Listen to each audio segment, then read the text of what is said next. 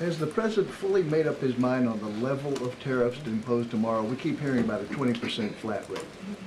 The president said last night he has made a decision and a determination. I was with him in the Oval Office earlier, and he is going to announce that decision tomorrow. I don't want to get ahead of the president. This is obviously a very big day. He's with his trade and tariff team right now, perfecting it to make sure this is a perfect deal for the American people and the American worker, and you will all find out in about 24 hours from now. When the president goes down to Florida on the weekends, does he ever hear from, there are so many retired folks down in Florida, does he ever hear from any retired Americans who are stressed about these wild swings in the stock market because of the tariff uncertainty, and they're sitting there on fixed income or living off a 401k, and they don't know how much money's going to be left?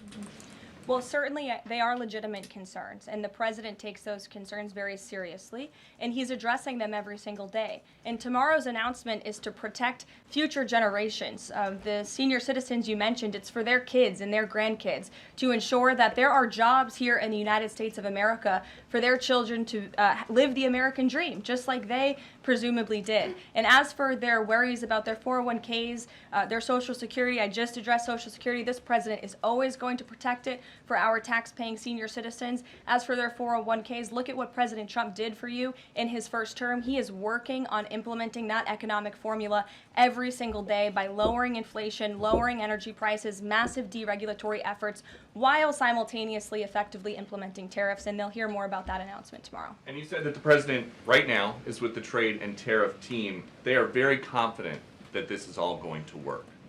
But Yes. what if they're wrong?